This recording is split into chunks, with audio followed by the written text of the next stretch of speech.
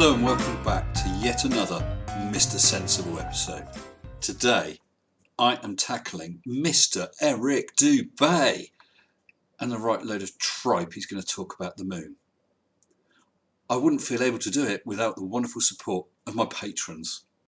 Massive thanks to my amazing patrons, including new patrons Chris Kelling and David Cooley, John Bunker, Sky Wizardless, and my newest patron, TC Lucas. Thank you, each and every one of you. Thanks ever so much, guys. Really appreciated. Mr. Dubay's video is quite a long one, and rather than cut it up left, right and centre, because I had a lot to say, I'm doing one with the cam over. It's a longer video because, like the Jeranism one, there's more to cover. That seemed to go down well. I hope this one does too. Mr. Eric Dubay, please take it away. Actually, take it away. Oh, you won't? Oh, okay. Right. We're just going to have to break it down. Roll VT. Right, I'm going to try and get through Eric Dubay's moon rubbish. So please, bear with me. I can't believe the crap that he's spouting. Go ahead, Eric. NASA and modern astronomy maintain that the moon is a solid, spherical, Earth-like habitation which man has actually flown to and set foot on. Well, we have set foot on it, but I wouldn't say it's Earth-like. It's just a large ball of rock. They claim the moon is a non-luminescent planetoid which receives and reflects all its light from the sun. Well, if it was luminescent, it would always shine. Why is it only happens to shine when it's in the path of the sun? How would you get a new moon where there's nothing coming from it? The reality is, however, that the moon is not a solid body. It is clearly circular, but not spherical. If it was not spherical, then as it travels around the world, you would start to see it at an angle, so it would become an ellipse. And in any case, there is a thing called lunar libration. We can see more than just the face exactly towards us.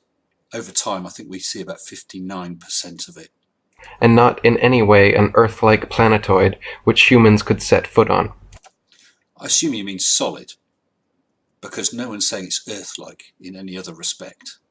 In fact, the moon is largely transparent and completely self-luminescent. Well, just your photo there. One part of it, the part that happens to be pointing towards the sun, is brightly lit. The remainder of it is dimly lit with reflective light from the earth. So that's light from the sun bouncing off the earth, hitting the moon and returning to us. Doesn't seem very self-luminescent there. And as for translucent, doesn't look very translucent to me. Shining with its own unique light. The sun's light is golden, warm, drying, preservative, and antiseptic. Antiseptic? While the moon's light is silver, cool, damp, putrefying, and septic. Putrefying and septic? It's obviously not as bright because it's only a portion of the light that's reflected to us. At maximum, I think about 13.6%, because its albedo is it 0.136? Or 1.36, I can't remember quite how that's measured. The sun's rays decrease the combustion of a bonfire, while the moon's rays increase combustion. What? So if you have a bonfire in the daytime, you'll struggle to get it to burn, will you? Whereas it'll burn better at night, because of the moon. Plant and animal substances exposed to sunlight quickly dry, shrink, coagulate, and lose the tendency to decompose and putrefy. Well, they will dry out, and with less moisture they're not going to rot down so quick. But remember, that's only at the maximum of half the day is daylight, the other half is nighttime. Grapes and other fruits become solid, partially candied and preserved, like raisins, dates, and prunes. Yes, the moisture is driven out by the heat of the sun. Animal flesh coagulates, loses its volatile gaseous constituents, becomes firm, dry, and slow to decay. When exposed to moonlight, however, plant and animal substances tend to show symptoms of putrefaction and decay. Well, again, the moon shining at night is only half of the 24-hour period. So how are you saying if we put something in moonlight, then within a couple of hours this will happen to it? I'd like to see some evidence of that. In direct sunlight, a thermometer will read higher than another thermometer placed in the shade. Yes, because it's receiving a lot more light and heat. But in full, direct moonlight, a thermometer will read lower than another placed in the shade. So it's shining cold. I'm not aware of any other form of light that is shining cold.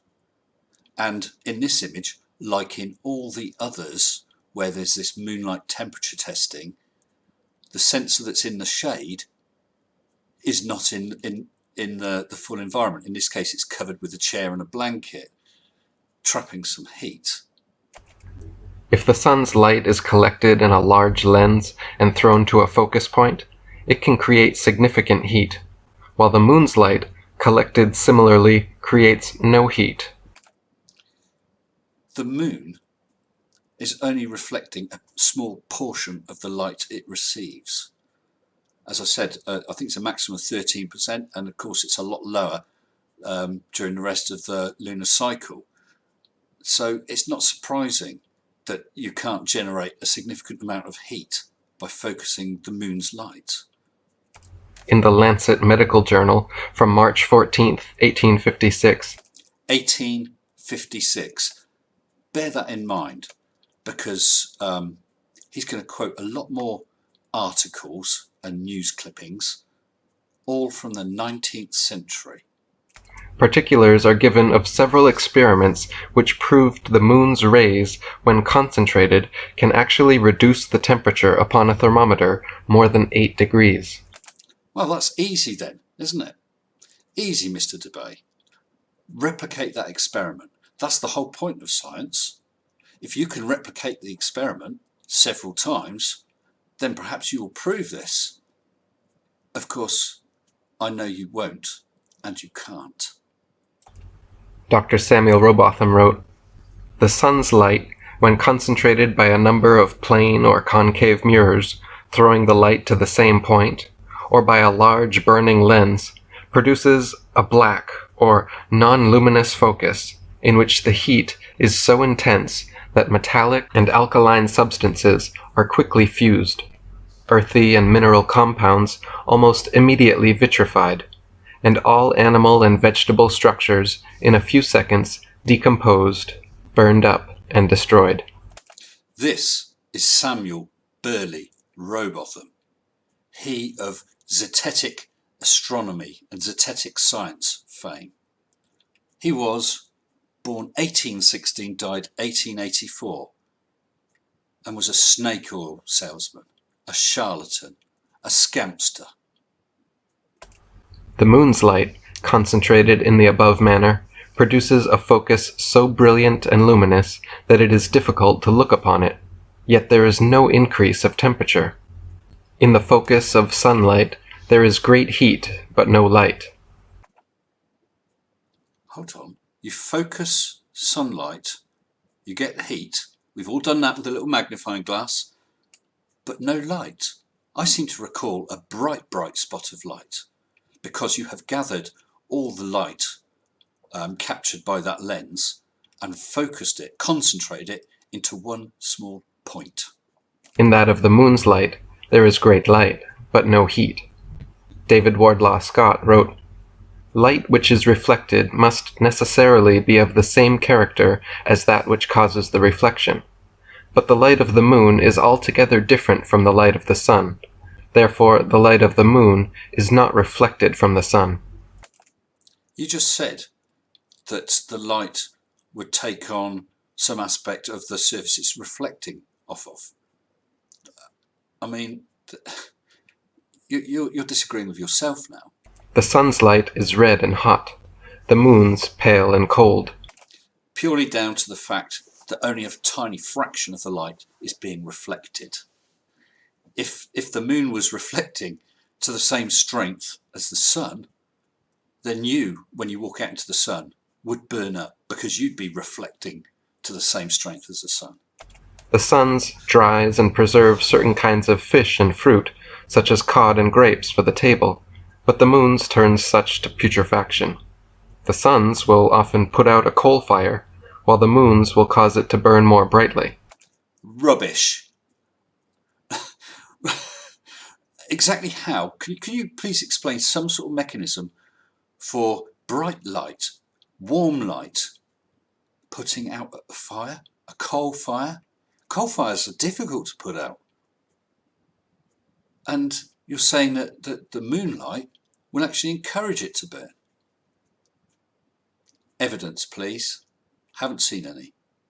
The rays of the sun focused through a burning glass will set wood on fire, and even fuse metals, while the rays of the moon, concentrated to the strongest power, do not exhibit the very slightest signs of heat.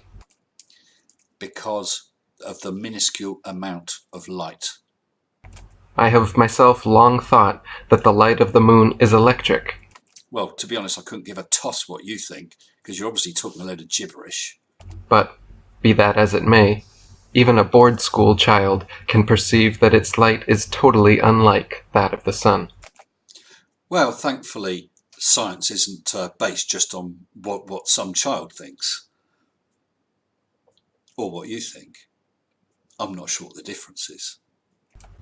So sunlight and moonlight clearly have altogether different properties, and furthermore, the moon itself cannot physically be both a spherical body and a reflector of Do tell. the sun's light. Reflectors must be flat or concave for the light rays to have any angle of incidence. No. You have got there a globe on the left-hand side, and yes, you can see a spot of light. Because it's a shiny surface. You can see the astronaut's face, can't you?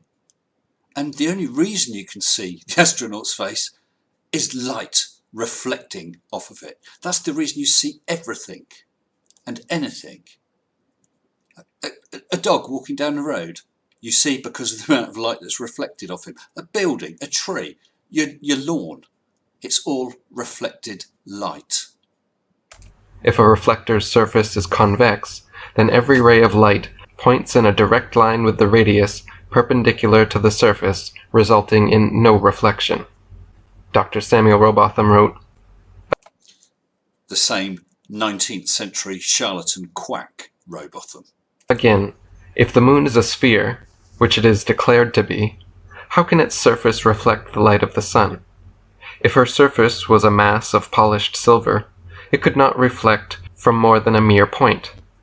Let a silvered glass ball or globe of considerable size be held before a lamp or fire of any magnitude, and it will be seen that instead of the whole surface reflecting light, there will be a very small portion only illuminated. Yes, if you had a highly polished silver ball, you would see a bright spot of light, as you showed on that globe a little earlier. Now take that same ball, but not of highly polished silver, a ball of rock. You've carefully shaped a ball of stone. It's got a rough surface. Can you see it? Of course you can. And why can you see it? Because of rays of light bouncing off of it. The moon is not a highly polished ball of silver, it's a ball of rock. But the moon's whole surface is brilliantly illuminated, a condition or effect utterly impossible if it be spherical. Well, apparently not. The Bible also attests that the moon is self-luminescent. Well, the Bible can attest what the hell it wants. The Bible is not a science book. The Bible is not some astronomical treatise. It's... Oh, could just go on. And not a mere reflector of sunlight in Genesis 1:16, where it states that God made two great luminaries, the greater luminary to rule the day, and the lesser luminary to rule the night. Yes, well, sometimes the moon's around in the day as well. So what does that mean? You've got the sun and the moon in the daytime, and neither of them there at night time. Not only is the moon clearly self-luminescent, shining its own unique light, but it is also largely transparent. You just contradicted yourself. And with that photo, if the moon is self-luminescent, why isn't the right-hand half shining? NASA photoshoppers claim the moon is a dark, spherical planetoid, yet with our own eyes, or through a telescope, we can see it is actually a bright, circular, semi-transparent luminary. On a clear night, during a waxing or waning cycle, it is even possible to occasionally see stars and planets directly through the surface of the moon. Oh, that's good. You can show us photos or video of that then, can you? On March 7th, 1794. So going back even before Burley Rowbotham's time, where we're not going to get nice astronomical photos of these obvious events that you're describing. 4 astronomers, 3 in Norwich, 1 in London, wrote in The Philosophical Transactions of the Royal Astronomical Society that they, quote, saw a star in the dark part of the moon, which had not then attained the first quadrature, and from the representations which are given, the star must have appeared very far advanced upon the disk. What a pity there's not a single photograph of that. We've just got some 19th century comment. Sir James South of the Royal Observatory in Kensington wrote a letter to the Times newspaper, April 7, 1848. The Times newspaper, that well-known scientific publication.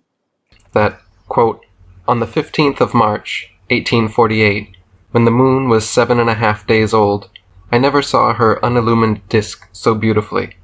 On my first looking into the telescope, a star of about the 7th magnitude was some minutes of a degree distant from the moon's dark limb. I saw that its occultation by the moon was inevitable. The star, instead of disappearing the moment the moon's edge came into contact with it, apparently glided on the moon's dark face, as if it had been seen through a transparent moon, or as if a star were between me and the moon. Well, we all know it can't be between the moon and Earth, or do you think that's a possibility? All you have to do is check out for when there's an occultation, ideally of a planet, which is nice and bright, film it as it shines through the moon. But again, you won't and you can't, because it's solid. I have seen a similar apparent projection several times. The cause of this phenomenon is involved in impenetrable mystery. In the monthly notices of the Royal Astronomical Society, for June 8, 1860, 1860. Thomas Gaunt stated that the, quote, occultation of Jupiter by the moon on the 24th of May, 1860, was seen with an achromatic of 3.3 inches aperture, 50 inches focus, the immersion with a power of 50, and the immersion with a power of 70. At the immersion, I could not see the dark limb of the moon until the planet appeared to touch it, and then only to the extent of the diameter of the planet. But what I was most struck with was the appearance on the moon as it passed over the planet. It appeared as though the planet was a dark object and glided onto the moon instead of behind it. Again, how about some film of any one of these things? Isn't it strange how every single one of these alleged occurrences occurred before we could film them? And the appearance continued until the planet was hid, when I suddenly lost the dark limb of the moon altogether. I have personally also seen stars through the edge of the waxing and waning moon. It actually happens fairly often. If you are diligent and specifically observing for the phenomenon on starry nights, you can occasionally see it even with the naked eye. Dr. Samuel Robotham wrote, during a partial solar eclipse, the sun's outline has many times been seen through the body of the moon. Never, ever, ever. Go look at photos of solar eclipses. Never does the sun shine through the moon.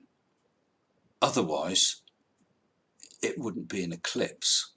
And if the moon is translucent, it should be easy to find a photo, because on every eclipse you should see the sun shining through the moon.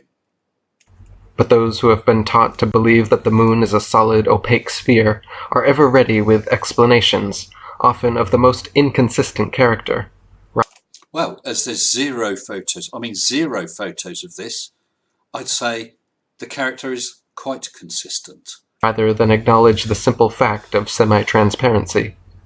Not only has this been proved by the visibility of the sun's outline through segments, and sometimes the very center of the moon, but often, at new moon, the outline of the whole, and even the several shades of light on the opposite and illuminated part, have been distinctly seen.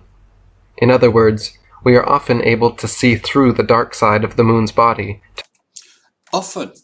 So apparently in the 19th or 18th and 19th century, it was happening all the time. And yet, in my short lifetime, because I'm quite young, I have never once seen it. I have not seen a single reliable photograph or clip of film of these effects, and nor have you. Because if you had, you would be able to show it. To light on the other side. J. Atkinson wrote in Earth Review magazine that the moon is not a perfectly opaque body, but a crystallized substance, is shown from the fact that when a few hours old, or even at quarter, we can through the unilluminated portion see the light shining on the other side. Stars have also been observed through her surface.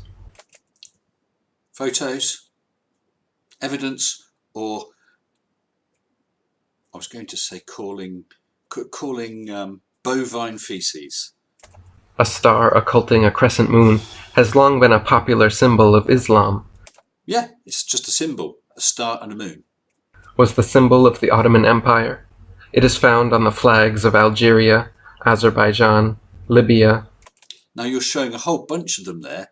Look at the one of Bosniaks, and the one of the flag of Turkey, and the flag of Cyrenaica. The star isn't over the moon. These are just flags, they're drawings, they're symbolic. That's all. These are not scientific documents, not scientific evidence. Malaysia, Mauritania, Pakistan, Singapore, Tunisia, Turkey, and in the coat of arms of countries from Croatia to Germany, Ireland, Poland, Portugal, Romania, Sweden, Ukraine, and the United Kingdom. Its origins can be traced back thousands of years to ancient Hindu culture. And did they have telescopes and astrophotography equipment so that we can see this evidence?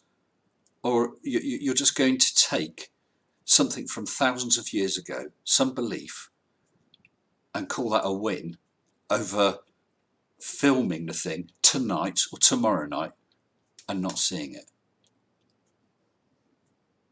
This is so biased, so willing to accept the ravings of a 19th century con man rather than hard evidence, rather than what you can see with your own eyes. Quite sad, really. Where it is found in the symbol for the word Om, the primary name for the Almighty, representing the union of God Shiva and Goddess Shakti. Why the symbol has carried such widespread historical significance is open to interpretation, but regardless of interpretation, the image of stars occulting the moon has long been a prevalent and meaningful picture. Well, it might be. Unfortunately, there's zero evidence of it.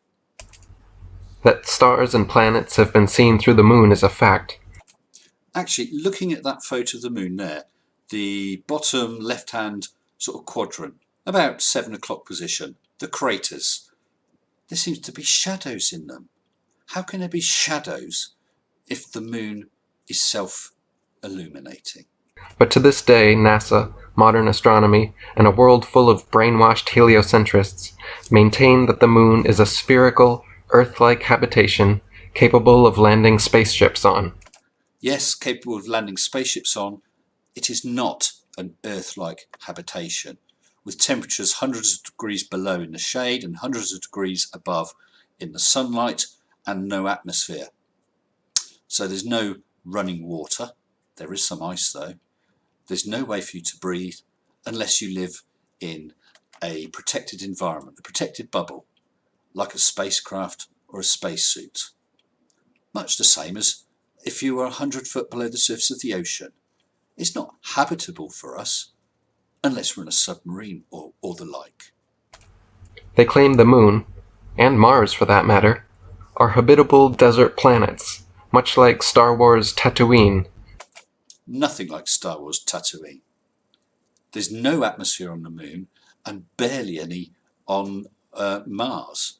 There's no flowing water on either of them, and the temperature is so low that you'd freeze to death in seconds. Not really like Tatooine. Dune's Arrakis, and other such imaginary science fiction worlds. I've not seen many giant sandworms on the Moon, and I don't think anyone's there going to harvest the spice melange. Well, we'll have to speak to House Atreides about that. Since long before the staged Apollo moon landings, these Masonic sun-worshipping heliocentrists have been claiming the Moon to be a solid planetoid, complete with plains, plateaus, mountains, valleys, and craters, though nothing of the sort can be discerned, even using the best telescopes. You just showed craters. I have seen craters. Look at some photographs with craters. And as those craters, as the solar cycle changes, you keep looking at the same craters, the shadows change, indicating that there's ups and downs, there's mountains and dips and valleys and whatnot. Go have a look at Bailey's beads. When we get a solar eclipse, just as it's ending, just as it's starting, you get a sudden diamond ring effect, which is the sun starting to appear in the valleys between mountains on the Moon. Dr. Samuel Robotham wrote, "Astronomers have indulged in imagination to such a degree that the Moon is now considered to be a solid, opaque, spherical world, having mountains, valleys, lakes, or seas." Well, the astronomers, even back in his time, knew a damn sight more than you appear to know. Volcanic craters, and other conditions analogous to the surface of the Earth. So far has this fancy been carried that the whole visible disk has been mapped out, and special names given to its various peculiarities. Well, there's names for the various seas and craters and mountains, and why not? Otherwise, what's one astronomer going to say to another one? Oh, look at that lumpy bit, just a bit north to where there's a long, stretchy hill, and you're going to give them names so that you each know what you're talking about. That doesn't mean anything. As though they had been carefully observed and actually measured by a party of terrestrial ordnance surveyors. No, but they've been thoroughly photographed, both from the Earth and from orbiting probes. All this has been done in direct opposition to the fact that whoever, for the first time, and without previous bias of mind, looks at the Moon's surface through a powerful telescope, is puzzled to say what it is really like, or how to compare it with anything known to him. The first time, I can remember the first time I looked on the Moon's surface with a telescope of any size, I was awestruck. Absolutely awestruck. There is no doubt, if you actually look through a scope, you will not doubt what you're looking at. You can see that you're looking over a pockmarked, cratered surface. And in fact, if your scope is not on an equatorial mount, then just the movement of the Moon will pass it across your field of vision in minutes. It's like you're flying over another world, which is exactly what your point of view is doing. The comparison which may be made will depend upon the state of mind of the observer. Yeah. Well, we can obviously see what your state of mind is. It is well known that persons looking at the rough bark of a tree, or at the irregular lines or veins in certain kinds of marble and stone, or gazing at the red embers in a dull fire, will, according to the degree of activity of the imagination, be able to see many different forms. Yes, that's called pareidolia. You might see the image of a person, you might see the image of an animal, but that's all it is. It's something in your mind. Looking at a crater, you see a crater. Even the outlines of animals and of human faces. It is in this way that persons may fancy that the Moon's surface is broken up. Well, you can see craters just there. So I don't know what you're talking about. Into hills and valleys and other conditions such as are found on Earth, but that anything really similar to the surface of our own world is anywhere visible upon the moon is altogether fallacious.